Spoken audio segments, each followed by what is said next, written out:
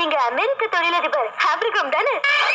London ஏர்போர்ட்ல நீங்க, நான், உங்க friends Bill Gates, Anil Ambani எல்லாரும் மணிக்கணக்கா பேசிட்டு இருந்தோம். மறந்துட்டீங்களா? இந்த பாரு, எதுக்கு ஒரு லிமிட் இருக்கு.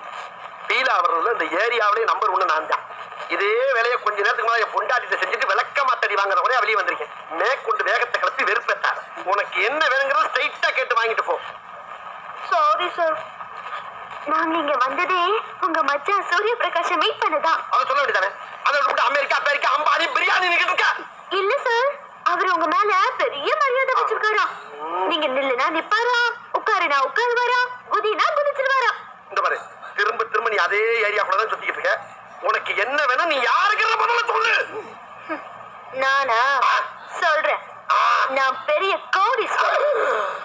ஆமா சார், உங்க மச்சானை இன்ட்ரோடியூஸ் பண்ணி விட்டா அவரோட சேர்ந்து ஒரு பிசினஸ் பண்ணலாம்னு இருக்கேன். ஐயோ, நான் இன்ட்ரோடியூஸ் பண்றேமா? இப்ப இன்ட்ரோடியூஸ் பண்றேன். அதுக்கு முன்னால ஒரு சின்ன ஹெல்ப் பீஸ்மா.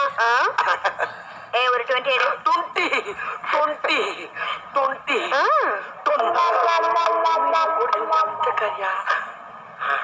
அத பத்தி நமக்கு கவலை இல்ல.